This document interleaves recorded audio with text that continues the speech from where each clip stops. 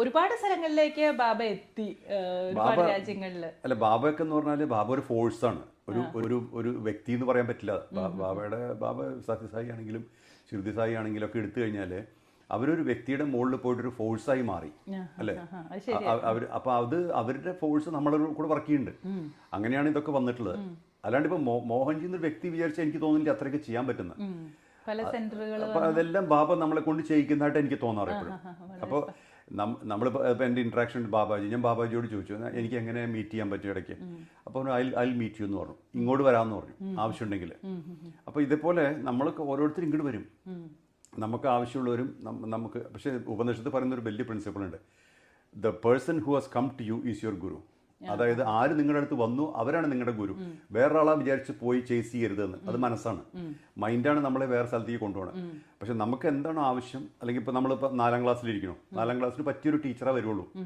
5ാം ക്ലാസ്സിലേക്ക് എത്തിക്കും നമ്മളെ, അതാണ് ഉള്ള ജോലി. അത് കഴിഞ്ഞ് 5ാം ക്ലാസ്സിൽ വേറെ ടീച്ചർ വരും.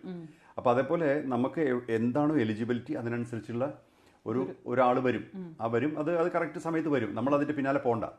അപ്പോൾ അതേപോലെ നമ്മൾ എലിജിബിലിറ്റി ആയിട്ടിരിക്കുക. എലിജിബിലിറ്റി പറഞ്ഞാൽ നമ്മൾ എം ടി ആയിട്ടിരിക്കുക, 100% എം ടി. എനിക്ക് ഇതൊക്കെ വേണം, ഞാൻ ഇന്നത് ചെയ്യണം, ഞാൻ ചെയ്തു, ഇതൊക്കെ ഇല്യൂഷനാണ്. അങ്ങനെ നമ്മളൊന്നും ചെയ്യണമൊന്നുമില്ല. ഇപ്പോൾ പല ആൾക്കാരും പറയുന്നുണ്ടല്ലോ, മോഹൻജിയോട് ഇത് സംസാരിച്ചപ്പോൾ എനിക്കിത് കിട്ടി. അത് അവരുടെ എലിജിബിലിറ്റിയും കൂടി ഉണ്ട് അതിൽ കാര്യം. ആ കണക്ഷൻ്റെ പ്യൂരിറ്റി ഉണ്ട് കാര്യം. അതായത് ഇപ്പോൾ ഞാൻ ഒരാളുടെ വീട്ടിൽ പോവുക, അയാൾ കേൾക്കണില്ല ഞാൻ പുറത്ത് വന്ന് മുട്ടണത് വിചാരിച്ചാൽ ഞാൻ അകത്ത് കയറാൻ പറ്റില്ലല്ലോ. അപ്പോൾ എല്ലാ ഫാക്കൽറ്റി അടച്ചിട്ട് നമ്മൾ ഗുരു ഒന്നും ചെയ്യണില്ലല്ലോ എന്ന് പറഞ്ഞിട്ട് കാര്യമില്ല. നമ്മൾ എപ്പോഴും ആ ഒരു ഓപ്പൺനെസ്സും കണക്ഷനും വളരെ പ്യൂർ ആയിരിക്കണം. പ്യൂർ എന്ന് പറഞ്ഞു കഴിഞ്ഞാൽ മിനിമം കൺസിസ്റ്റൻ്റ് ആയിരിക്കണം. ഇന്നലെ ഇന്നും നാളെ മറ്റന്നാളൊക്കെ ഒരേപോലെ കണക്ഷൻ വേണം. അപ്പോൾ കണ്ടമാനം അപ്പോൾ നമുക്കൊരു കൊളാബറേഷൻ പോലെ നമ്മൾ ഒന്നിച്ചാണ് പ്രവർത്തിക്കുന്നത്. സഹനാവതു സഹനവ് ഭുനക്തു ഉണ്ടല്ലോ, അതേപോലെ നമ്മൾ ഒന്നിച്ചാണ് പ്രവർത്തിക്കുന്നത്, ഒന്നിച്ചാണ് വളരുന്നത്, നമ്മൾ കൈ പിടിക്കുന്നുണ്ട്. അപ്പോൾ അങ്ങനെ ജീവിതത്തിന് ഒരു താങ്ങും തണലും സപ്പോർട്ടും ഒക്കെ വരും.